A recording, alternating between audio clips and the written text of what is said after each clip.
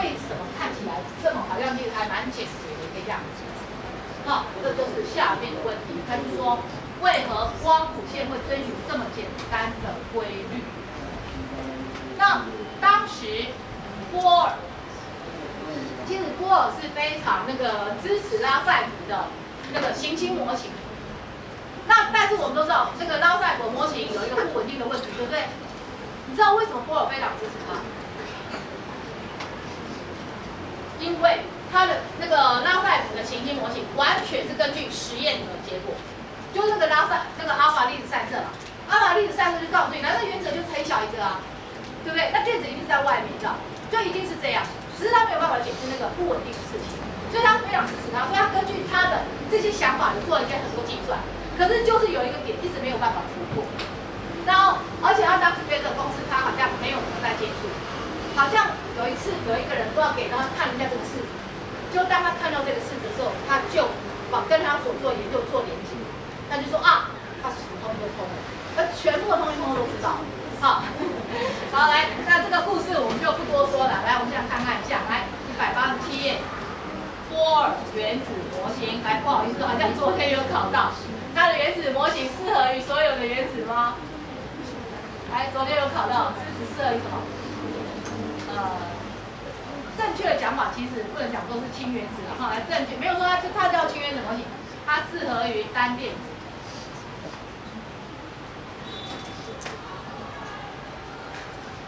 来，单电子原子除了氢原子还有什么？还有谁？外面只有一个电子？谁外面还有只有一个电子？只有一个电子不是氢吗？跑哪里去了？跑哪里去？来谁？氦，是氦正。氦外面是不是两个电子？失去之后是不是剩下一个电子？所以铜锂还有谁？锂，然后什么？2正。一般来讲，我们常跑是差不多这几个。因为如果再多的话，要失去外面那么多电的话，那个比较不常见。所以比较常见就这几个。好，就这几个。好，波尔的模型建立基于2个假设，请同学注意，来，既然叫做假设，就是它没有办法证明，请你就相信它。我就是用这2个假设去算东西，算出来，反正我就可以验证。但是不要误会什么。好，不过后来我们当然都陆续知道这些。好，来，第一个是什么呢？来，第一个就先解决拉塞普的问题。拉塞普告诉你，来电子绕，好，来，他告诉你，来不可以这样绕。好，电子只能够在这几个地方绕，这个地方绕，这些地方绕，只能在特定轨道上绕。问题是，来这特定轨道怎么选？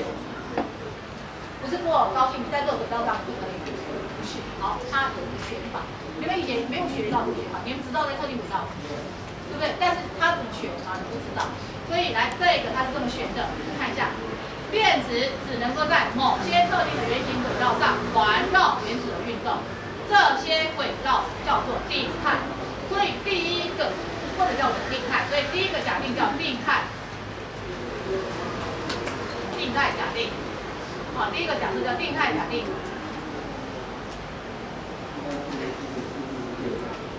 好，或者有时候加一个稳也没有关系，就稳定态。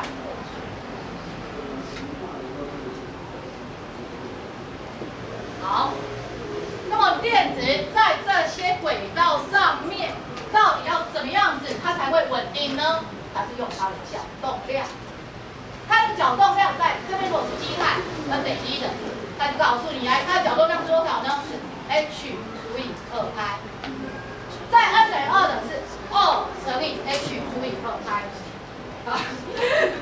好，再来，你是换位置了吗？你换到这边来做。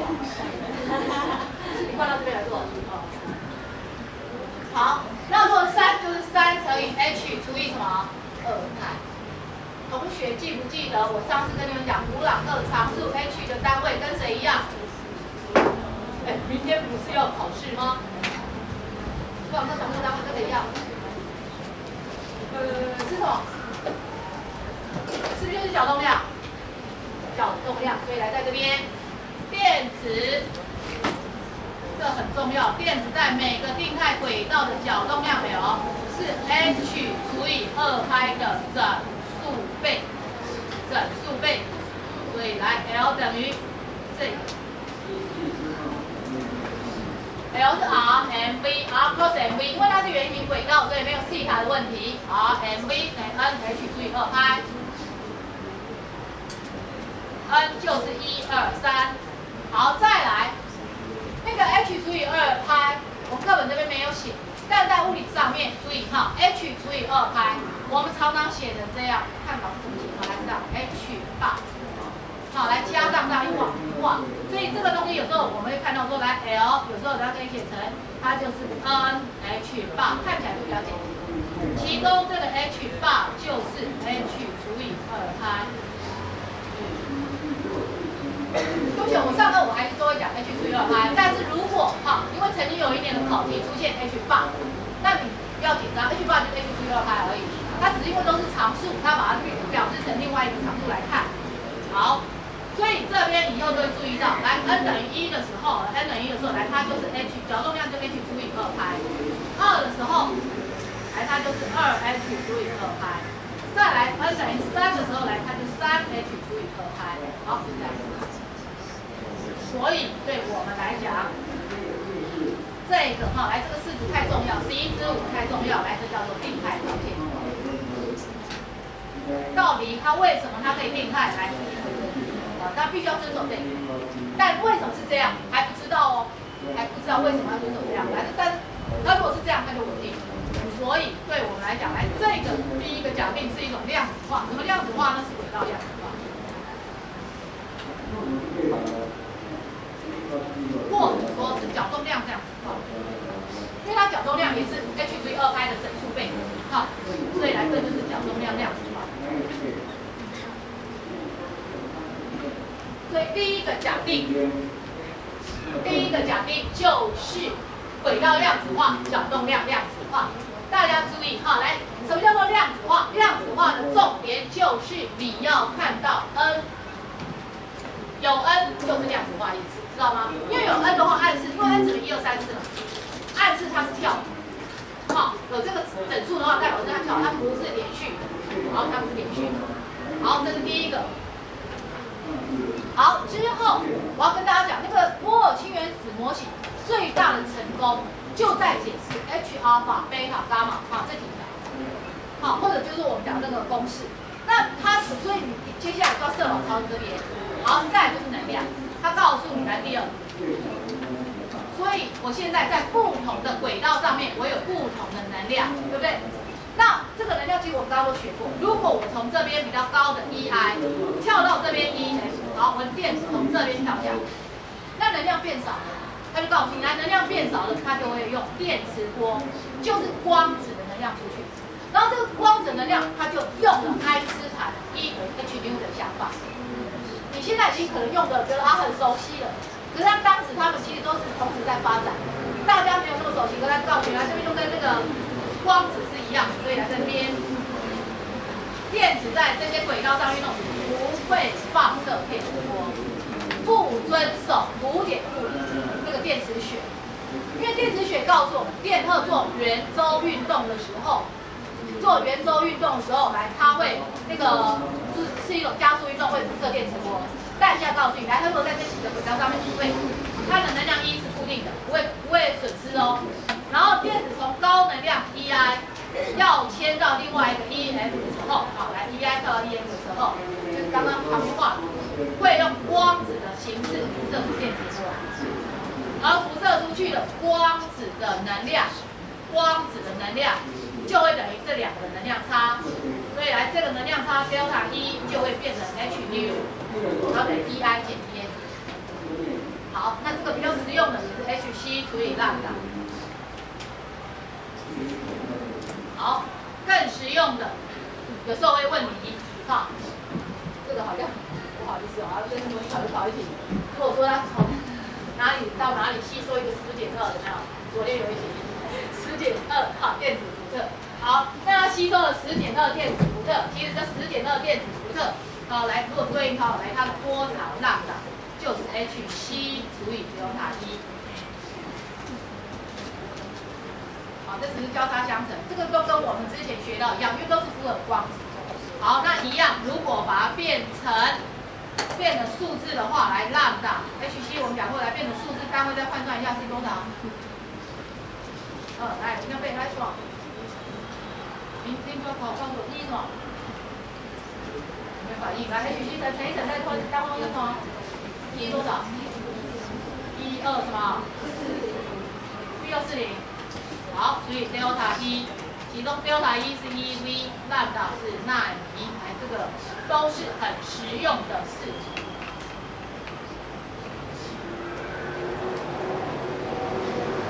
好，这个 nu， 来这个 nu 就是辐射出来光子的频率。所以这个是在告诉你，来这是什么呢？来这叫做频率，来这第二个叫频率假定。第一个是静态假定，第二个是频率假定。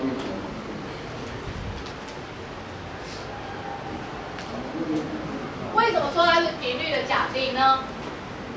因为对你来讲，本来都是一些滚瓜烂熟的东西的，它是这样讲，就是说它这样跳出来之后是会用光子，而这个光子就是遵守爱因斯坦的这个光子能量E等于 所以对他来讲，这就是他的一个假定。那你要去验证它。你就用这两去推，去推。好，那反过来，如果我吸收了来一个 delta 1，刚好是那两差，我就电子是不是从这边上交上去？所以来这是，如果反过来，原子吸收光子之后，就可以让它从较低的跳到较高的。那一样，光子的能量，光子的能量也是这个的能量，所以它也是用到爱因斯坦光子说。好。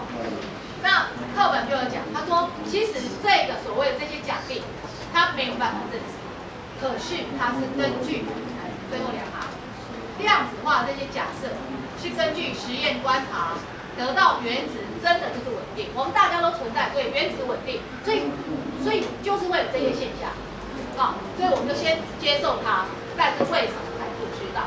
要赶快去知道好，所以根据这两个假定。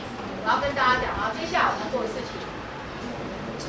接下来其实我们最重要，课本最重要的两个事情，一个是就是找出这个氢原子的半径，就是这半径，或者它跳到激发态的时候来，它的 R 怎么变，这是第一个。第二个是找出它，因为我要再验证嘛，我刚刚跟你讲我要验证光谱，对不对？所以我就要去把这个能阶找出来。能阶找出来之后，我就知道它跳来跳去的时候来它是怎么回事，所以我们要找这样，找这样，所以来下面。第二个，我们就考虑单电子的原子模型，好，目的就是要找出它的 R， 还有它的 E。好，那这些符号来刚开始看一下一个电子在以原子为中心的某个定态圆形轨道上运动。好，它的速率，一边看图，右边那边图。来，它的速率是 v。它的轨道半径是 R， 电子的电量是-1，好，还有电子的质量来，这电子的质量是 m 是原子核，原子的质量在这边我们不讨论，所以只有电子的质量。好，但原子核的电荷是正极1，所以如果是氢的话，那就是1嘛，氦的话就是2，这样子。好，这些 OK。然后我们这边还有一个。比较简单的，要让我们做题目的时候稍微全部都简化，就是这个四维不动。其实四维不动应该太简单了，因为它的质量比它质量是大很多。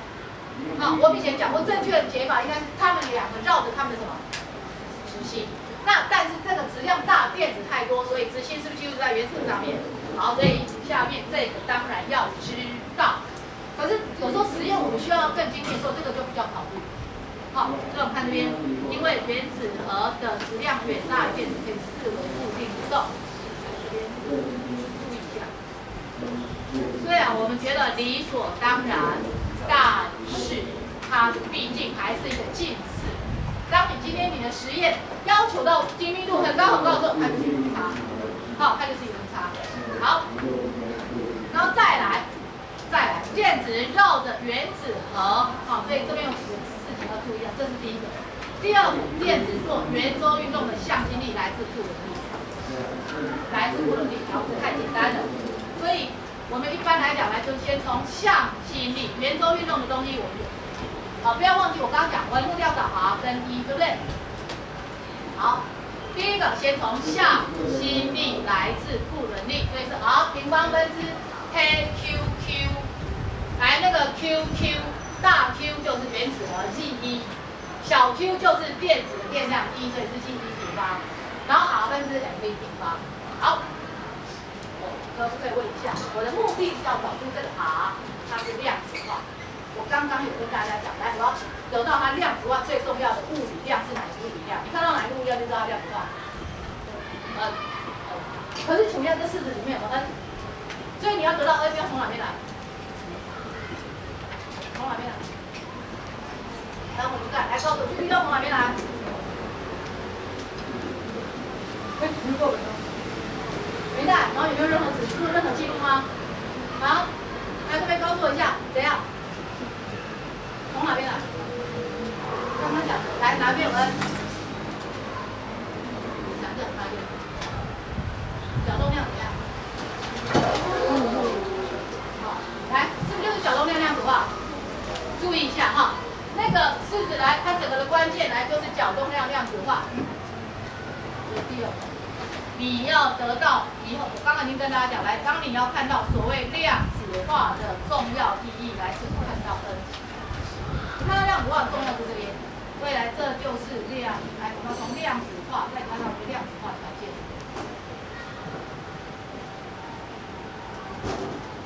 L 等于 R m V 等于 N H 除以2派 N H 除以2派。我这样讲哈，我的目的，这两个式子。来，请你仔细的看这两个式子，来哪一些除了 R 是未知，还有谁是未知？来，你看这边 R 平方分之 KQQ，R 分之 mv 平方 ，RmV 2，NH 除以2派。来，请问一下，还有除了 R 是未知，还有谁是未知？不知道我是哪个？这边就是 V， 是不是？好，来，你看这些什么 KQQ 啦、N 啦，好 N 啦、H 啊等等是都知道。另外一个就是 V。所以对我们来讲，在数学上面就是两个未知数，两个方程式，所以是 OK 的，可以解。那我的目的先在解啊。那你先不要管在这边怎么解。当你看到这一堆，你有没有觉得会疯掉？你可不可能去背它？不可能去背它。我们基本上也不太会去考说这个东西怎么弄，但是请你注意，你要知道它怎么。如果真的哪一天他考你这个做推的话，它推很简单。重点就是你要知道它是从这两个式子得到，一个是圆周运动的基本，知道吗？向心力的来源。第二个就是我强调，因为你要量子化，一定要把这个量子化条件放进去。也就是说，从这两个式子，然后怎么推到这边呢？我告诉你，来，因为我的未知数是 R 和 V， 对不对？所以我们就是要设法消去 V， 消去 V。或者说就是把 V 带掉，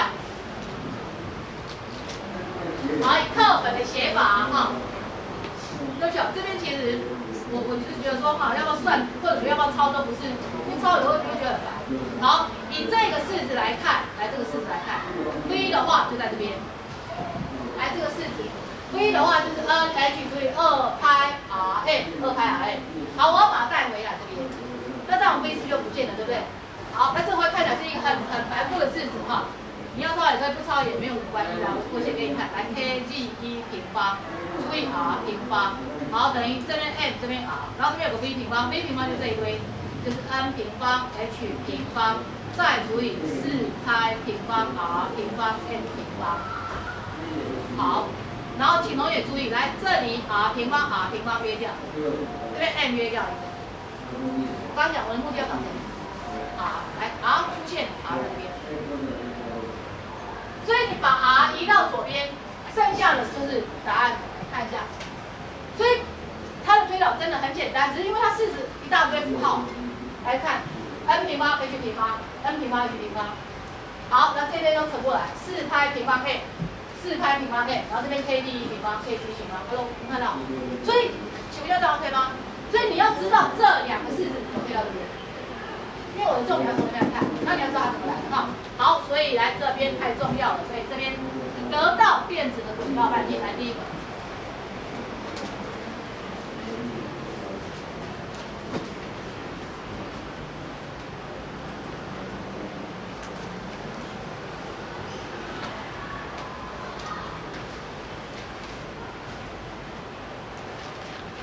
好，这里面，来这里面我们看到第一个看到 n， 还有另外一个会变的是 g， 其他什么 h 啦、n 啦、k 啦、e 啦，那些都是常数，我们最后都可以把它乘进去，乘一乘除一除，唯一可以变的就是 n， 然后 g。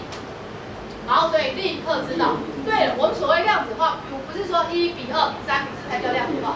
只要是跳的都叫量子化，所以这边暗示你来，同样半径比来，以氢原子来讲 ，G 是1嘛，所以它半径比来就是什么 ？G 比0 1比4比9比16。好，所以对我来讲，来在这边，原子在定态时它的半径是不连续的，来这不连续是因为有 n 的出现，好，n 平方好了，然后它回到半径比就是1比4比9。好，那个 g 的位置我之后再跟大家再来讨论跟说，也就是我们每次在画原子半径的时候，我们好像直觉都这样画，来这样画，这样画。好，老实说这样画是完全不对的。现在你就有概念了，来，氢如果 n 等于1在这边 ，n 等于2是要变几倍？4倍，所以来4倍可能就要变这样。好，之后再变原来的几倍？9倍。好，9倍变成这边的话就是差不多。好，是不是？其实这个很小，啊，那之后要大更多嘛，9倍是不是跳到16倍？好，所以对我们来讲，来这是第一个已经告诉你，来它的轨道就是这样子。好，第二个更重要的是能量。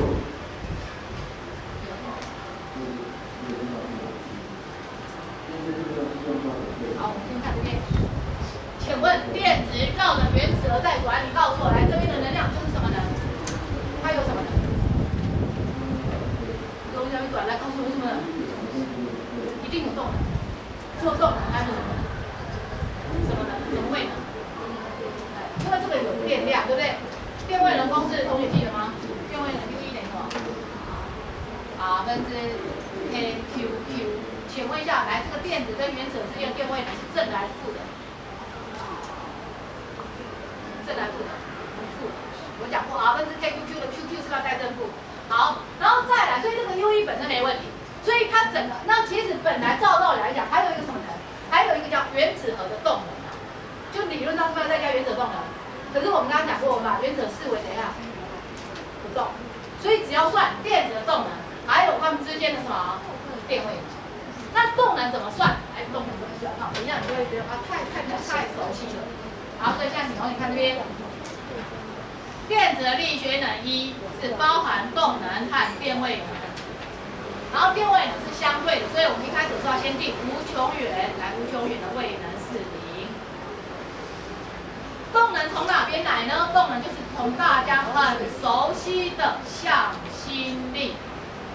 好，向心力是 R 平方分之 KQQ 跟 G1 平方。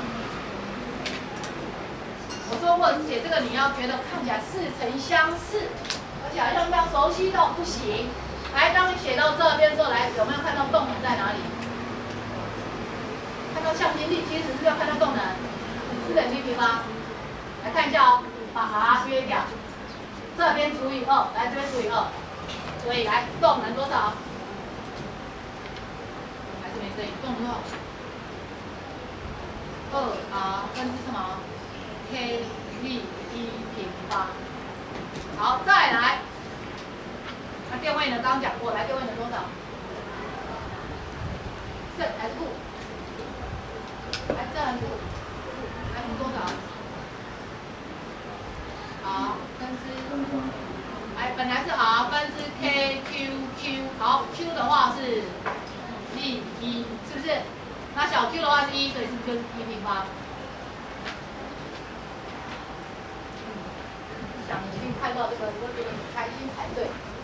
2R 分之 KQQ， 负 R 分之 KQQ， 所以力学能这两个相加来是多少就2分之一，这边负1，所以是负2分之，是不是？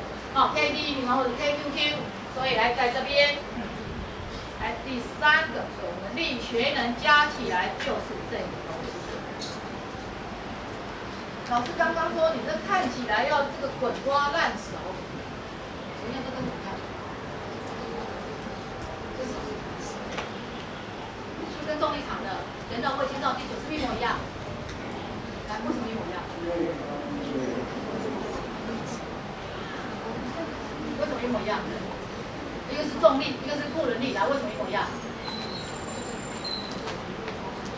因为关键它们都是什么？平方反比例。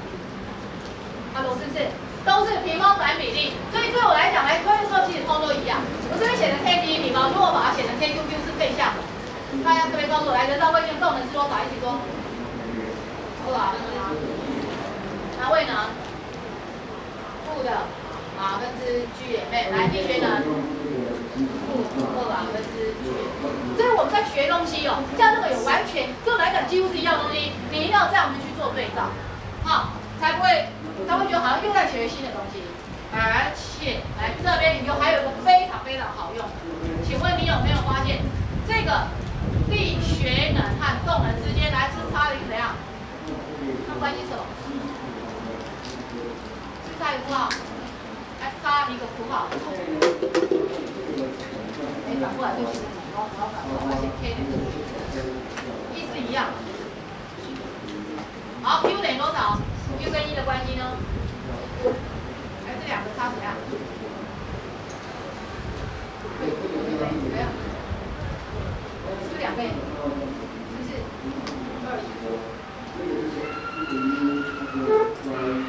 不过，请你要记得，来这个的前提完全是因为无穷远的位能为0，才有这个关系式，才有这个关系式。好，这个有什么好用的呢？好，这个厉害的地方在这边。未来如果有一天，好，你算出来说，好，电子，好，来电子在照着氢原则的时候来假设抓基态，那结果我算出来基态的能量，哈，我随便举例，好，假设我基态能量算出来是负13.6 eV， 负13.6 eV， 哎，等一下，所以我问你，电子大约绕动是多少？就13.6 eV， 你发现立刻知道动能。等一下，动能知道可以立刻算什么？比如说2分之 mv 平方，可以立刻算出它的速率，对不对？你看，我知道力学能，我竟然可以透过这样式，是不是找出它的速率、动能？那再来，那请问一下位能是多少？刚刚来说力学能负13.6 eV， 所以来力学能就是负27.2 eV。或者哪一天他会告诉你，来电子在那边绕之后来动能，好，动能是5 eV， 我随便举例，动能是5 eV， 所以来力学能就多少？负5 eV， 它的位能就是负10。那我们是不是可以从这边再得到一些东西？所以请同学注意，来这个非常非常好用，好，来非常非常好用。好，不过好，到这边为止，我会问一下，请问一下，量子化了没有？来，你看到这个式子有量子化吗？讲有讲没有，其实我要说你对，也可以说你错。它的量子化在哪里？在哪里？啊？我们说量子化看到它，对不对？在哪里 ？R 里面，是不是在 R 里面？大家看一下，来这个 R， 这个 R 在这边，刚刚是 R 在这边。所以下面这个式子其实就是来把 R 带进去而已，把 R 带进去而已。好，这里面有几个要注意的，一个是负号，一个是 G 的位置，一个是 N 的位置。好，那这3个等一下我们讲起来忘了拿考卷，拿考卷。刚刚已经把这个力学能的长相把它弄出来了，然后这里面我刚才讲过那堆常数我们先不管它，那几个比较注意的地方就会变，一个是 N 的话，来你看到对不对？然后的话，暗示来它跟里面的原子核它的电量有关。好，来负号，我可不可以问一下？负号代表力学能是负值，力学能小于0，来，请问代表什么意思？就像你人造卫星算出来力学能也是负的，请问负的代表什么意思？对，来是自由的还是束缚的？束缚，所以来这边暗示它是束缚的状态。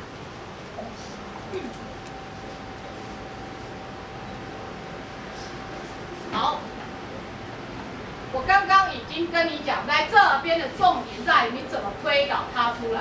它推导出来其实是不是太难，那很重要的是你要把这个量子化条件带进来。好，所以我们现在看下面这边，它就告诉你，从这个式子知道电子在静态能量是不连续的。好，来电子在这边是不连续的。然后定态的电子只能够在特定的只有存在特定轨道半径跟能量。好，所以对我们来讲，电子的轨道半径和能量皆量子化，这个 N 就是量子数。然后之后，刚刚那一堆同学看一下，11只吗？11只11。好，那一堆里面其实一堆的常数。那这里的一堆常数哈，大家稍微陌生一点，应该是电子的质量。电子质量是9.11乘10⁻31，因为你们比较这个可能比较不会去记它，它是很小很小一个质量。那电量这应该没问题。好，请问一下，这就是什么东西？来，K 是什么？这是我们平常讲的，是负的常数。我们平常是用多少？9×10的9次方。好，来，然后再来，这就是普朗克常数，是不是？所以对我们来讲，来这些你通通把它带入之后，好，来之后我们就得到几个。第一个，来电它的半径。那堆数字乘完之后，来它其实是这样，这是 SI 的时候 M 是这样。那我们现在把它变成一个比较熟悉的，来就是说，因为在这么小的世界里面用公尺实在是不好，所以把它变成纳米。所以来在这边它是这样。好，这个其实我觉得比较重要的，来它告诉你，来它正比例啊。对了，刚忘了讲，因为它是量子化，所以后来那个半径行我们就加一个 N 代表量子化，能量的地方也会加一个 N 代表量子化。好，所以 Rn 就正比于 N 平方除以 G。这个在记的时候也算还好记啦。第一个，同学想想 ，N 越大，当然电子的半径当然原子的半径当然越大越小。他说来 N 越大，当然是什么？越大，所以它当然是成正比，只是我们没有办法知道它是平方正比。那你就稍微记一下，就1:4:9，对不对？好，那这比较有意思。请问一下，这反而告诉你来，那个半径跟计是成反比，意思就是我们刚刚讲的哈，来是反比。所以来，比如说氢跟氦正，请问一下这两个，所以这两个的半径就是几比几？来，谁的半径比较大？请问一下，他们在这边来半径谁比较大？是不是氢？而且来是几比几？Hello， 来，他们在计算之后来半径是几比几？2:1，对不对？来，为什么这边氢的半径会比较大？或者说反过来讲，氦正为什么它半径比较小？这很简单，因为它外面都是有电子，来，它会比较小，是因为它里面的电量比较大，是不是？好，那里面的电量比较大，所以来这边就是它的一个半径。所以你要记的时候，有时候稍微思考一下。好，来，它跟计成反比，就是因为它电量比较多，然后比较小一些。好，第二个，好，来第二个，好，就是能量。好，把那一堆数字，好，来带进去，同时做完单位换算。因为正常的算完 ，SI 算完，来正常能量单位应该是什么？焦耳。那焦耳的话，来，我们现在把它变成电子伏特，所以来会出现这个东西。好，这个刚刚讲，来负号在这边，来这是 G 平方，这边是 N 平方。好，注意来这里的单位是电子伏特，电子伏特。好，那这个能量根据刚刚讲法，它其实这个能量的算法本来是电子的动能再加上它们之间的电位能，对不对？所以好像在算电子，可是实际上不是。我问你们，我们平常讲的位能是电子的，还是原子核的，还是它们共有的？以前我们讲的位能应该是谁的？接下来现在我的位能，刚刚讲过啊，位能是 pH， 有些这位能是谁的？是我的吗？应该是什么？我和地球怎样共？是不是？好，来，地球都不在，做能量根本就没有了。所以我们讲热机也是共的。所以讲半天，这到底是谁的能量？我们今天讲好像在讲电子能量，可是它实际上就在讲原子能量，知道吗？原子能量，因为原子的动能是零，所以他就告诉你说，这边好像在讲电子的能量，实际上它就是原子的能量。所以不管问电子能量也好，原子能量来，答案都是这个，答案都是这个。好，再来这个，来，请问，一样哈，来我们写完那个13.6，对不起，你们在化学上面有这个13.6是数字的概念吗？有没有印象？你们都没有背过13.6，我知道你背1316。啊？你们是1316吗？1316对，你们是背1316，但是铅焦耳墨，是吗？是不是铅焦耳墨？1312，是吗？那是什么东西？磷墨的氢原子的游离能。啊？是磷墨。来，我们来，你们是1312铅焦耳还是焦耳？1312什么？铅焦耳美墨，是不是？是美墨。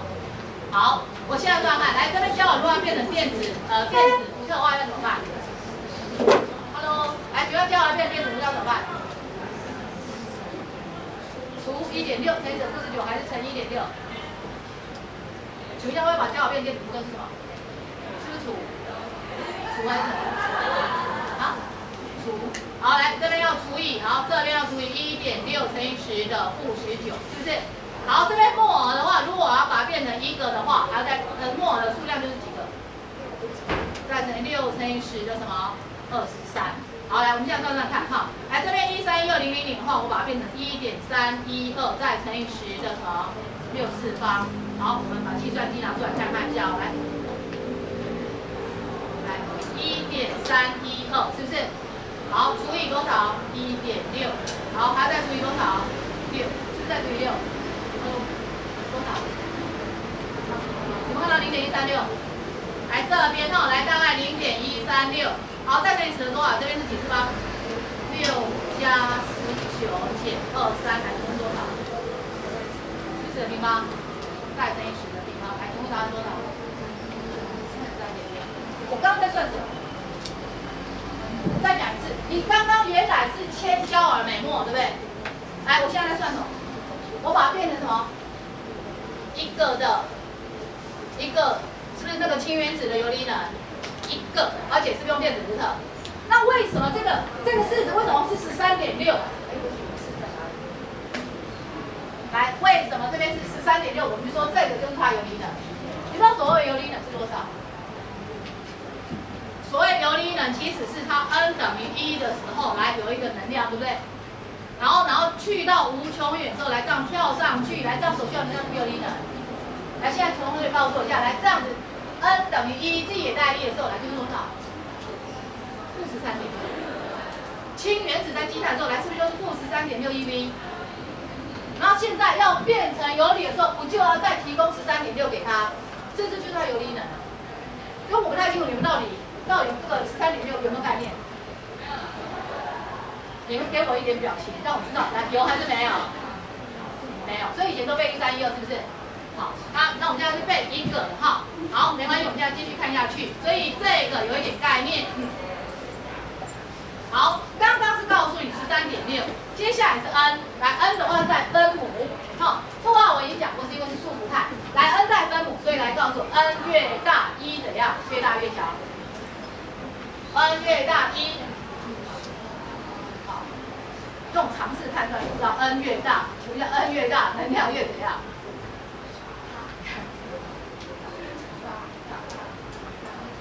？n 越大。不是从积碳到气泡态，不是能量是越来越高。来 ，n 越大，为什么它越大？对呀，因为这个是有个负号。Hello， 是不是？好，然后再来这边还有个记，来这边有个记，记的关键在这边。来，这个记在这边，所以我要问你一下啊，来，根据我刚刚暗示你的，请问氢跟氦正谁的游离能比较大？给大家嘛，来，氢跟氦正的游离能谁比较大？啊？游离能是 N 等于1交5等于，来，能量是哪谁比较大？是氦，而且来，请问一下是氢的几倍？是4倍。来，它这边就是13.6，它在计算的时候，来这边刚刚是不是要乘以4？来，这样 OK 吗？那为什么它游离能比较大？其实刚刚已经暗示你啦。来，请问一下，在氦正里面电子是比较里面还是比较外面？是比较里面，它束缚的是比较紧，所以束缚的比较紧，你要把它打出去比较难。好，所以大概有这些概念。但是除了这2个半径跟能量常常在考之外，还有3个，我也希望同学注意一下。来，哪3个呢？这个写在旁边也许够写了，也许你小一点。好，第一个常常问的还有一个是这个的角动量，这些单电子原子的角动量。而单电子原子的角动量，注意哦，这个根本连推都不要推。来，请问一下 L 就是多少？不要告诉我 RMV 哈 ，RMV 没有告诉我答案，来是什么？就是什么？就是刚刚一开始来多少到这一点？什么？然后什么 ？H， 然后怎样？2I， 这个没有推，这就是它的假定，是不是？好，再来，我再问哦。请问对氢来讲，跟对氦正来讲，在基态之后来角动量谁大？对氢跟氦正来讲，角动量在基态之后谁大？一样大。请问这式子里面有没有记？没有。好，再来，还常常考的是什么呢？是电子的速率。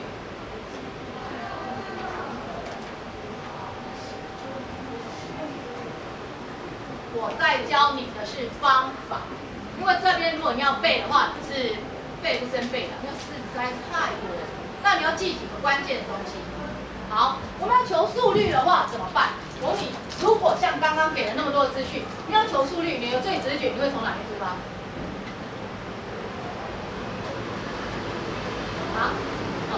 好像很多人直觉会是从动能。比如说我们刚才已经算出来，还记得吗？来，就像刚刚那个氢原子基态能量多少 ？Hello， 来，基态能量多少？13，是不是负13.6？那对不起，负13.6 eV 是那个能量，是不是能量？力学能，那动能就是，刚下课前讲了，动能就是3.6 eV。请问有动能有没有办法又有质量来可不可以算速率 ？Hello， 可不可以？理论上当然可以。不过来我这边我们这边不从这边来算，那是一种方法，请你记住，从动能算速率是一种方法。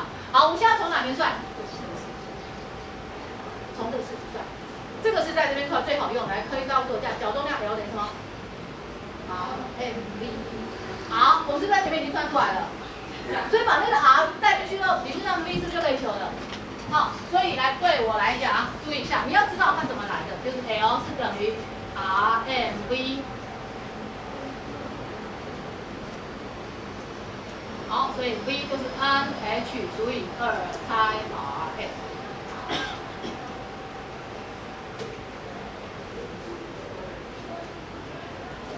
所以你如果 R 可以被求，来 R 可以求出来，那那些一样乘一乘除一除就可以算出来。但我这边的重点不在于去算它实际的数值是多少。好，来，其实这边大家看来这个关键跟它的那个，譬如说不同的 n 值有关的是 n， 除了 n 之外还有个 r，r 跟 n 有没有关系 ？r 跟 n 有没有关系？当然有啊。所以来这边来我们只看它的变化。你觉得 r 跟 n 的关系是什么？有比在上面而已啊，是平方正比。但 r 除了跟 n 平方成正比，还跟什么成比例 ？g 是什么比？是反比还是平方反比？反比。反比。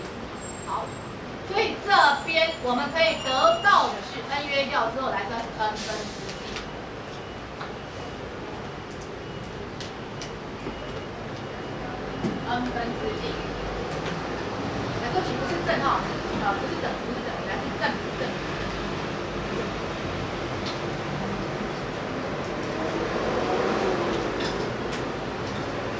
好，我这边需要让你知道，只是也是类似的。来这边告诉你，来越外面，来越外面的话，来它的速率越什么？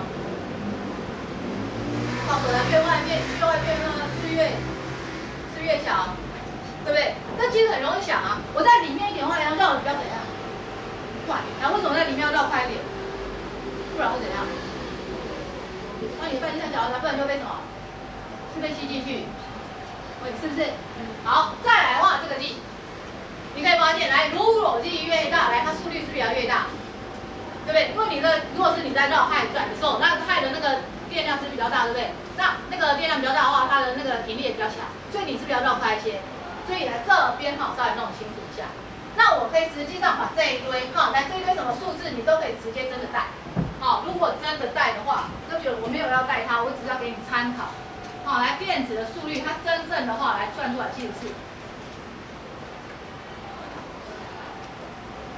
那个常数其实是这样，好，那这单位是公尺每秒，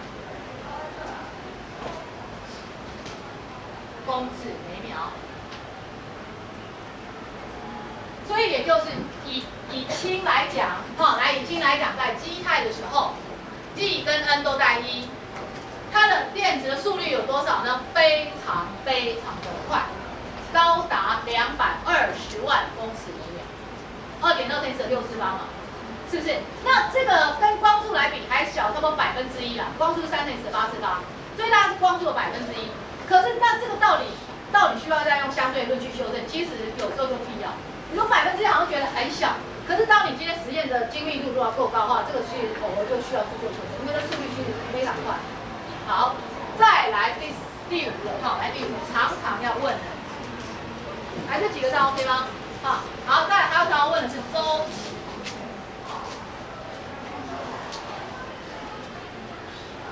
好，这个周期等一下你会发现非常好玩的地方。好，周期我们从向心力出发，向心力，圆周运动的向心力，可不可以一起背一下 ？T 平方分是什么？4派平方，然后 R， 是不是？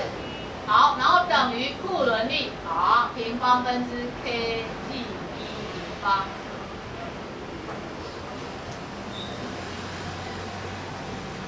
加油，会看到什么呢？来看一下，如果这边有很好，来这边有 T 平方，这边有 R 平方，这边有 R， 我可以看到错，其他都常数 T 平方跟 R 3方乘什么？乘什么？那个等一下哈，最后5分钟我会花模拟考考卷。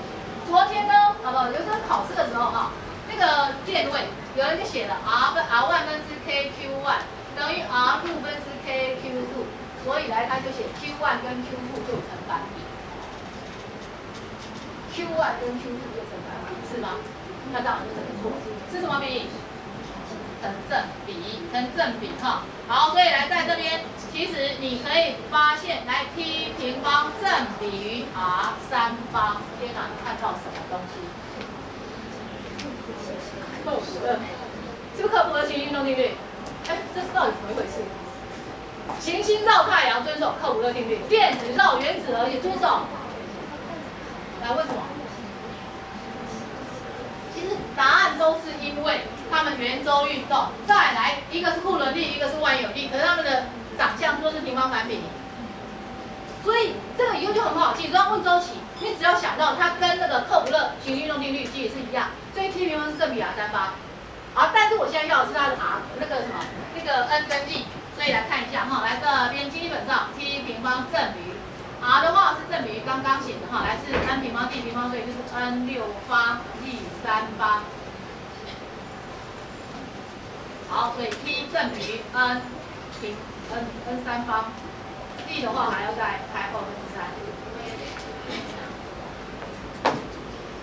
下面这边我倒是觉得还好，你只要知道，来，它这边就是遵守克卜勒行星运动定律。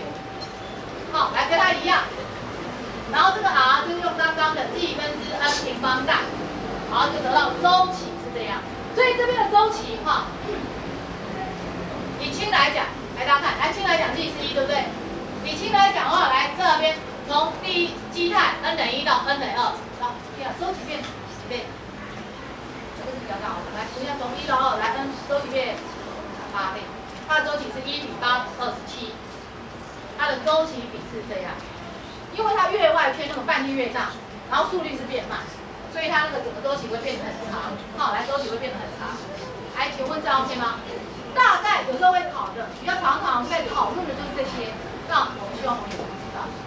那我们刚刚讨论的是 G 可以是1啦，可以2啦，可以是3，就是把一般式写给大家。好，但是不要忘记，我们最终目的就是要证明那几条线。有没有 H 阿尔法、H 贝塔？好，要证明这些，所以来看这边。最后我们来看氢原子的能阶，好的算法要稍微。然后上面呢，最上面这个。不是在上面。在上面。那个 Z 是 R 平方就是 K B E 平方。你说哪一个？这边。对，那边的。这边的 G。是什么？R 平方跟 K B Q 啊。哇，那 Z 不是应该是正的？我要写这个平方是正极 ，R 三方，Z 是 R 三方。是 R 三方，然后这边还有个 Z 是不是？看一下。